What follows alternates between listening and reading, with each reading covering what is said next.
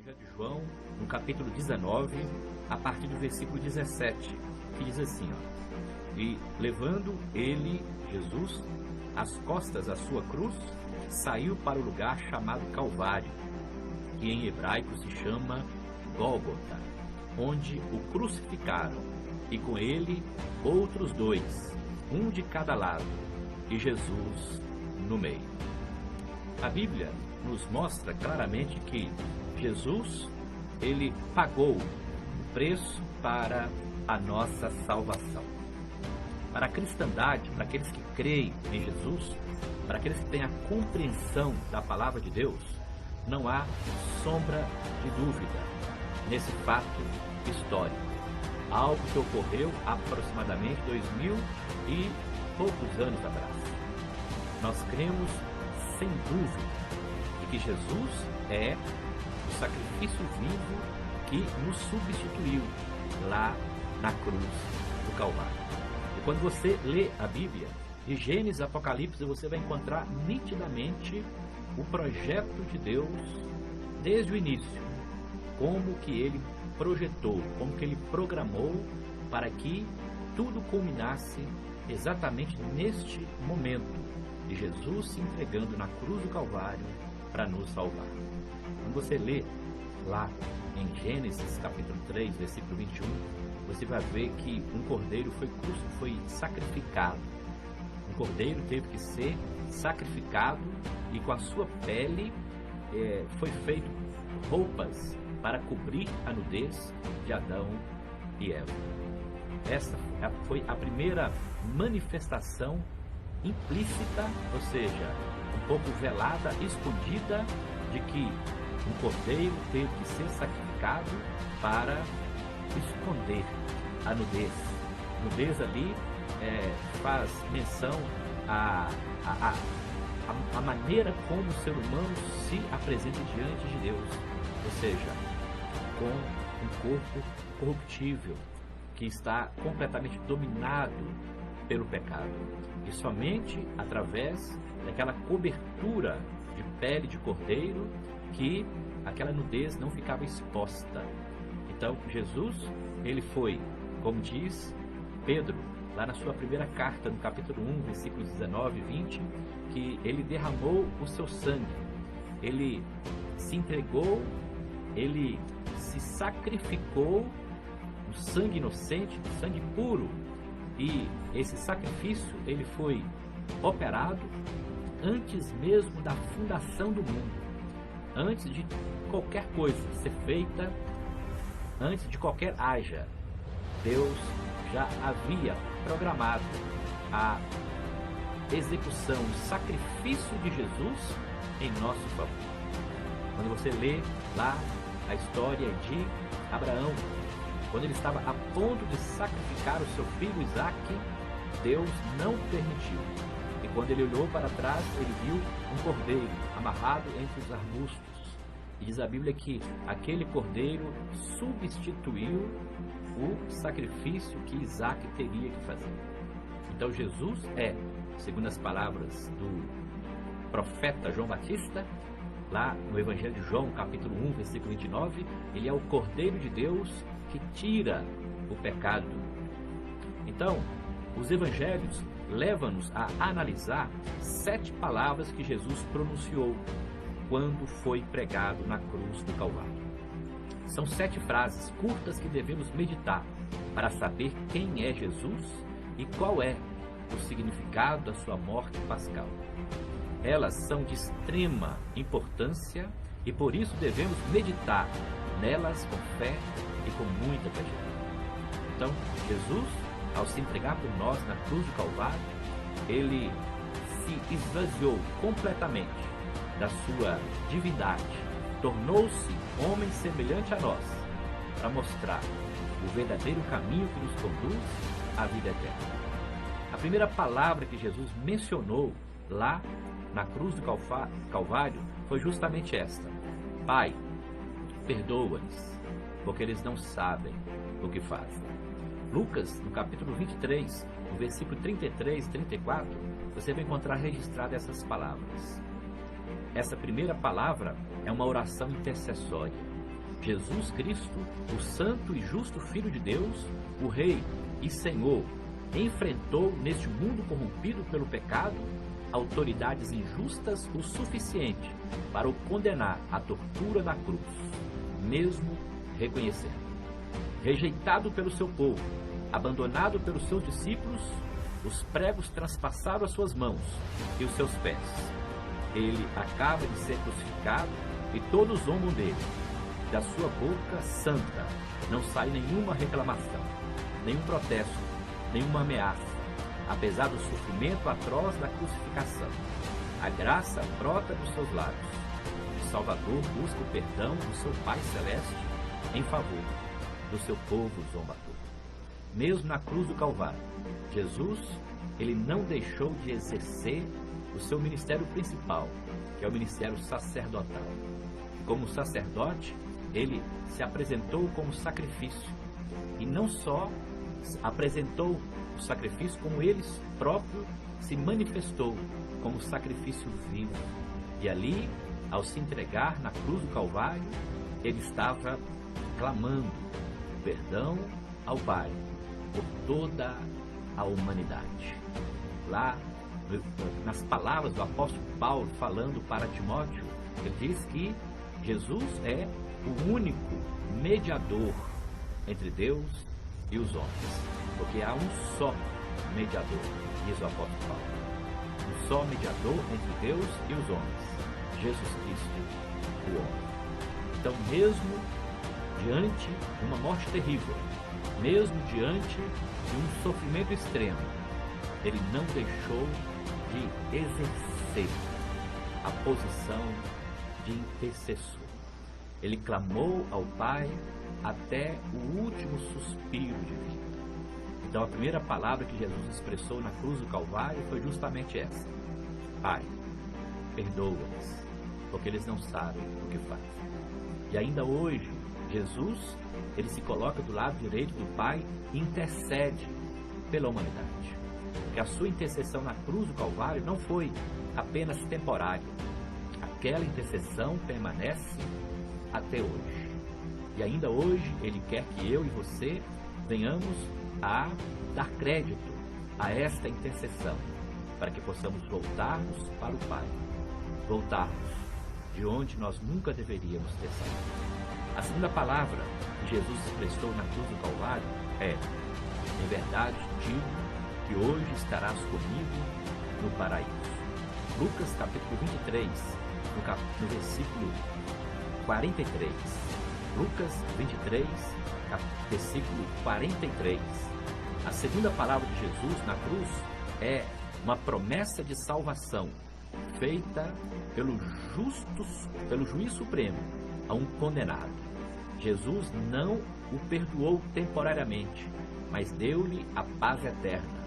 Não lhe deu uma vida continuada na terra, mas o reino de Deus e a ressurreição para viver uma nova vida no paraíso.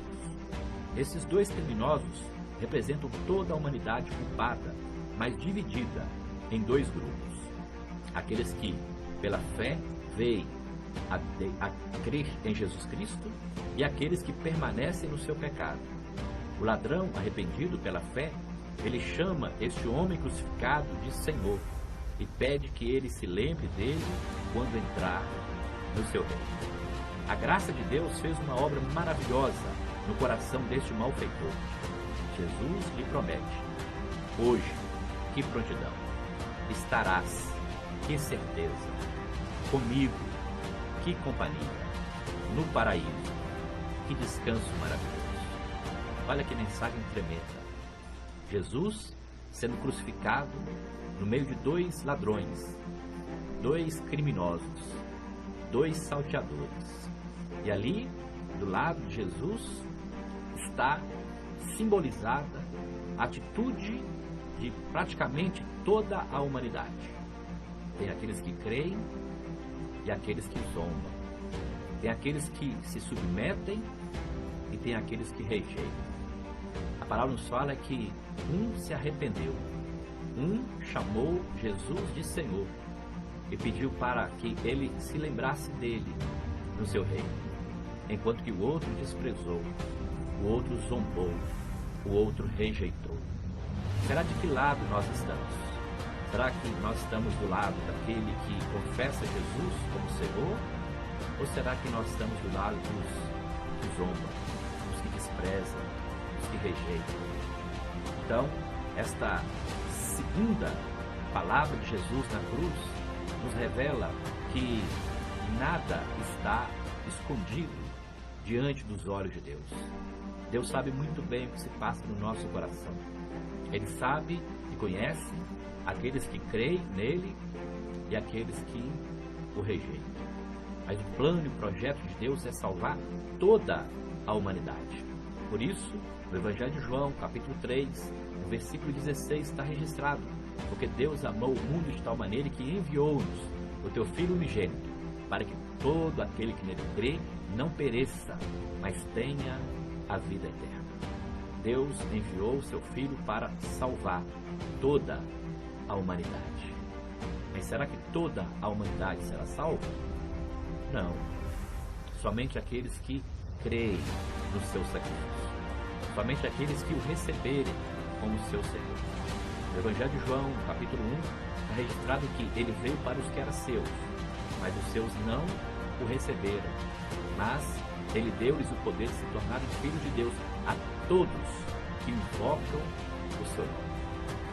Então, a segunda palavra de Jesus na cruz nos mostra que ele tem um plano maravilhoso, um plano de salvação, de libertação para todos aqueles que nele creem. A terceira palavra de Jesus na cruz é: mulher, eis aí o teu filho. Virando para o seu discípulo, diz: eis aí a tua mãe. No Evangelho de João, capítulo 19, versículos 26 e 27, você encontra esta frase. É a terceira palavra na cruz. Na terceira, Jesus confia carinhosamente a sua mãe viúva aos cuidados do discípulo João. Como não ser tocado pelo cuidado e carinho que Jesus mostrou à sua mãe? Que delicadeza, apesar do ódio ao seu redor, mas também que dignidade. Pois Jesus continua o Senhor da sua mãe, assim como do seu discípulo. Apesar de Jesus estar em sofrimento e a morrer, ele não depende da vontade da sua família. Pelo contrário, trata-se de um filho amoroso, que tem em conta as necessidades futuras da sua mãe. É na companhia dos discípulos de Jesus que Maria encontrará um doce consolo, depois de tantas dores que lhe haviam sido premeditadas. Então, Jesus, virando para Maria, e Maria estava do lado do apóstolo João, ele disse: mulher, eis aí o teu filho. E olhando para o discípulo João, disse: eis aí a tua mãe. Sabe qual mensagem que Jesus quis transmitir nesta terceira palavra na cruz? Ele quis nos transmitir que quando nós cremos no seu sacrifício, quando nós não o rejeitamos, quando nós permanecemos com ele, nós somos inseridos numa família, a família de Deus. Outrora, nós havíamos perdido o privilégio de estar na presença do Pai. O apóstolo Paulo diz que nós estávamos mortos nos nossos delitos e pecados, mas agora, por meio do sacrifício de Jesus, nós somos reconciliados. A barreira da separação que nos dividia do Pai, ela foi completamente destruída. E agora, eu e você, nós temos acesso ao trono da graça de Deus. Nós somos chamados novamente de filhos de Deus. Fazemos parte da família do Deus Todo-Poderoso. E aqui, nessa terceira palavra, Jesus, ele quer nos mostrar que quando nós o recebemos de bom grado, quando nós acreditamos no seu sacrifício, nós passamos a fazer parte da família de Deus. Que maravilha! A quarta palavra que Jesus fala na cruz do Calvário encontra-se em Mateus capítulo 27, no versículo 46, e Marcos 15, 34. Está escrito: Deus meu, por que me desamparastes? Essa talvez tenha sido uma das frases mais enigmáticas que Jesus falou na cruz do Calvário. Será que Deus o abandonou? Será que Deus o rejeitou? Será que o seu pai, no momento que ele mais precisava, não o socorreu? Esta é uma palavra de importância real e de uma densidade imensa que permanece incompreensível para nós. Jesus Cristo, o Filho de Deus, sendo santo, inocente, imaculado, separado dos pecadores, que não cometeu pecado, e em quem não havia pecado nenhum, sofre e é abandonado por Deus. Ninguém poderá jamais entrar na aflição de Jesus durante essas 3 horas de trevas. Cristo sofreu sob a mão de Deus por causa dos nossos pecados. Ele assumiu voluntariamente os nossos erros e concordou em sofrer o castigo que nós merecíamos. Sem essas palavras, na hora da expiação, ninguém poderia ser salvo, poderia chegar até a presença de Deus. Então, Jesus, ao proclamar esta 4ª palavra, Deus meu, por que me desamparastes? Ele estava mostrando para mim e para você o seguinte: que o pecado nos faz separação de Deus. Lá no livro de Isaías, capítulo 59, no versículo 1, diz que as mãos do Senhor não estão encolhidas para que não nos possa abençoar. Os teus ouvidos não estão encravados para que não nos possa ouvir as orações. Mas os nossos pecados, as nossas iniquidades, elas fazem separação, divisão entre Deus e os homens. Então, quando Jesus exclamou: Deus meu, por que me desamparastes? É porque ele estava carregando sobre si o pecado da humanidade toda. O meu e o seu pecado estavam sobre Jesus. Eram tantos pecados, mas tanto pecado, que o Pai virou o seu rosto. Não pôde contemplar, porque Deus é santo. E Ele nos comprou para que nós tivéssemos também essa mesma característica de Cristo. Ele, como um Cordeiro Santo, imaculado, um Cordeiro sem defeito, foi sacrificado, foi apresentado como sacrifício vivo, holocausto, para nos salvar, para nos libertar. Da mesma forma, Deus, Ele, quando olha para mim e para você, Ele contempla essa santificação, essa justificação por meio do sacrifício de Jesus lá na cruz do Calvário. Então esta foi a 4ª palavra da cruz. Jesus se sentiu abandonado porque ele carregava sobre si o pecado de toda a humanidade. A 5ª palavra, tenho sede, está registrado no Evangelho de João, no capítulo 19, no versículo 28. Na 5ª palavra da cruz, depois de 3 horas de abandono, Jesus pede para beber. A sede é um dos tormentos físicos do sofrimento da cruz. As suas feridas, a sua luta moral, fazem com que ele sofra de uma sede incandescente. Na cruz, em toda a sua vida, Jesus sempre fez a vontade de Deus. Ele teve que cumprir esta escritura, Salmo 69, no versículo 21. Ele é a rocha batida da qual brota a água espiritual, de que precisamos todos os dias, enquanto atravessamos o deserto deste mundo. Somente Ele, Jesus, possui e dá a água da vida que tira a sede para sempre. A Bíblia nos fala que lá no Antigo Testamento, a nação de Israel andou perambulando pelo deserto durante 40 anos.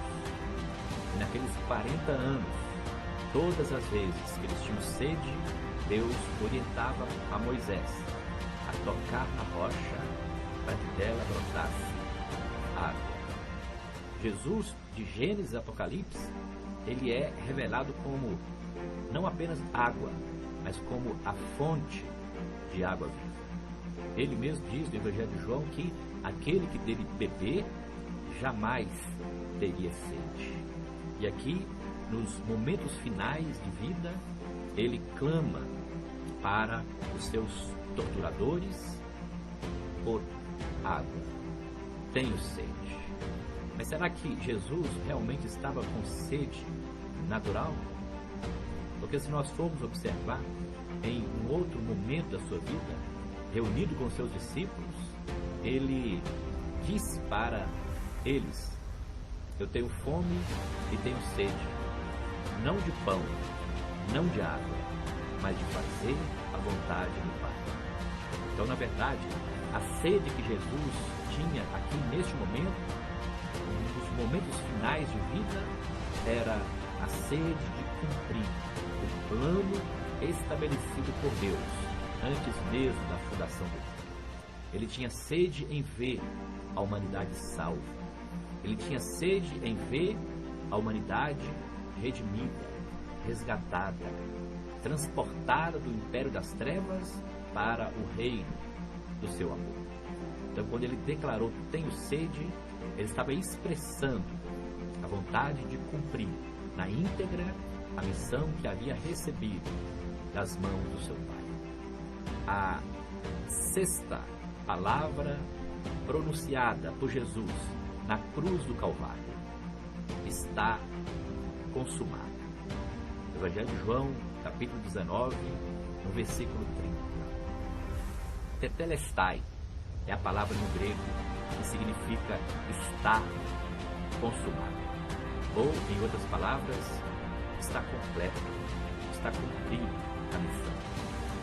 Tetelestai, palavra derivada do grego, indicando que a dívida está totalmente paga.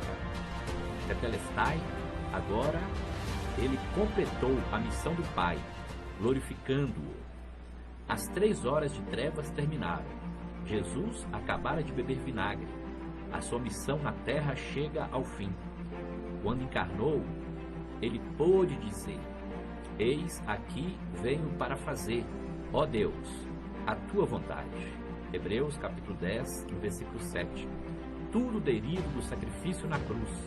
A salvação de cada cristão, a formação da igreja, o acesso ao Pai, a promessa de novos céus e a nova terra em que habita a justiça, segundo Pedro, lá no capítulo 3, versículo 13.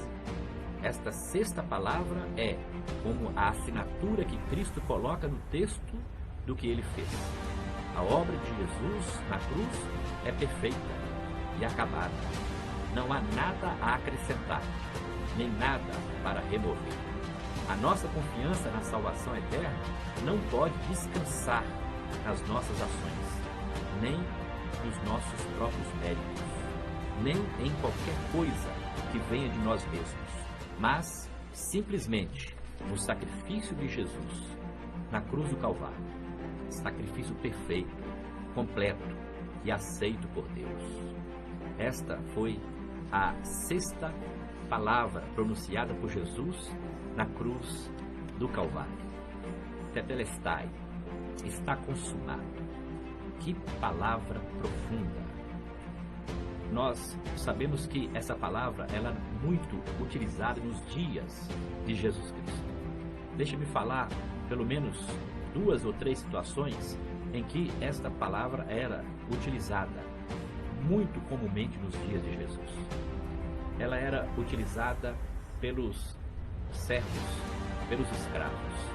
Quando um senhor dava uma tarefa para um dos seus escravos e ele terminava aquela tarefa, ele voltava até o seu senhor e dizia: Tetelestai, ou, em outras palavras, a tarefa está cumprida. E a Bíblia nos fala que Jesus, ele é o servo sofredor de Deus. Ele veio e se entregou. Ele, como diz o apóstolo Paulo, em Filipenses capítulo 2, ele sendo Deus, não usurpou ser como Deus, mas antes ele se esvaziou-se de si mesmo, tomando a forma humana, e como servo se humilhou a si mesmo e passou pela morte de cruz. Então Jesus, ele tinha toda a autoridade para falar, tetelestai, a tarefa está cumprida. Que tarefa? De morrer na cruz para nos salvar. Essa expressão tetelestai também era utilizada quando um prisioneiro de guerra tinha que cumprir, um prisioneiro tinha que cumprir uma missão. O prisioneiro tinha que cumprir uma prisão, melhor dizendo. Ele ia para a cela e quando estava na cela era fixada na entrada da cela a sua pena e também a condenação do qual ele teria que se submeter. Por exemplo, se ele fosse cumprir 5 anos de prisão, ali era colocado o nome dele, o crime que ele cometeu e mais embaixo a pena, 5 anos de prisão. Depois de ter cumprido ali aquela pena, aquele ofício era retirado e eles batiam um carimbo na parte inferior, na parte de baixo daquele ofício que estava escrito tetelestai, que significa a pena foi cumprida integralmente. E foi justamente isto que Jesus fez por nós na cruz do Calvário. Ele pagou a pena integralmente pelos nossos pecados. A cruz era para mim e para você, mas Jesus graciosamente nos substituiu. E no final, ele teve a autoridade para dizer tetelestai, a pena está cumprida. E, para terminar, essa sexta palavra na cruz, também essa tetelestai, a palavra tetelestai, era utilizada quando um general de guerra vencia uma batalha. Ele trazia consigo os seus inimigos derrotados e os transportava pelo meio da cidade, em praça pública, e ele gritava bem alto, o general gritava bem alto, tetelestai, a vitória está conquistada. Foi justamente o que Jesus fez por nós também. Quando ele lá na cruz se entregou, ele garantiu a vitória. Por isso, ele declarou, ele bradou, tetelestai, a vitória está garantida por meio do meu sacrifício. Vitória sobre qual inimigo ou quais inimigos? Jesus venceu o pecado, o diabo e a morte. Ele venceu o pecado porque ele se colocou como pecador no nosso lugar. Ele venceu o diabo porque ele despojou completamente, diz o apóstolo Paulo em Efésios, que ele destronou, ele despojou os principados, as potestades, os dominadores, triunfou sobre eles lá na cruz do Calvário, cravando lá na cruz, e venceu a morte, porque por meio da sua morte, eu e você temos vida, e não uma vida normal, mas uma vida eterna. Enquanto que o ladrão veio para roubar, matar e destruir, Jesus veio para nos dar vida, e vida em abundância. Então ele teve autoridade, Jesus teve autoridade para falar tetelestai, a vitória está garantida. E para terminar, a sétima e última palavra de Jesus na cruz do Calvário: Pai, nas tuas mãos entrego o meu espírito.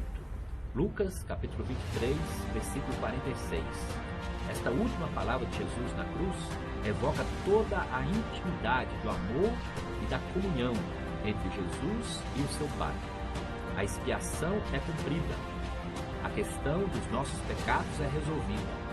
Tendo abaixado a cabeça, ele entrega o seu espírito de volta ao Pai. Este é o ato final do seu sacrifício voluntário. Muitas vezes, o Novo Testamento nos diz que Jesus se entregou a si mesmo. Gálatas 2:20, Efésios 5, 2 e 25. Tito 2:14 também refere-se a isso. Ninguém tinha o poder de tirar a sua vida, mas ele ofereceu-a para que pudéssemos receber uma nova vida espiritual e eterna. Confiando nele, ele destruiu por sua morte o poder do diabo que nos assustava. Hebreus 2:14. O pecado e o mal são vencidos na cruz. Ela é o culminar da sua vida de oração. Cristo Jesus veio ao mundo para salvar os pecadores. Então aí está as 7 palavras da cruz mencionadas por Jesus na cruz do Calvário. Jesus se entregou de uma forma maravilhosa para que eu e você tivéssemos vida e vida em abundância. Quando ele declarou está consumado, ele transmitiu para mim e para você a mensagem de que o que tinha que ser feito foi realizado por ele, de uma vez por todas, definitivamente. Redenção completa, resgate completo das nossas vidas. E agora, nós que outrora estávamos longe, afastados de Deus, hoje nós estamos próximos. Fomos aproximados por meio do sacrifício, pelo sangue de Jesus Cristo.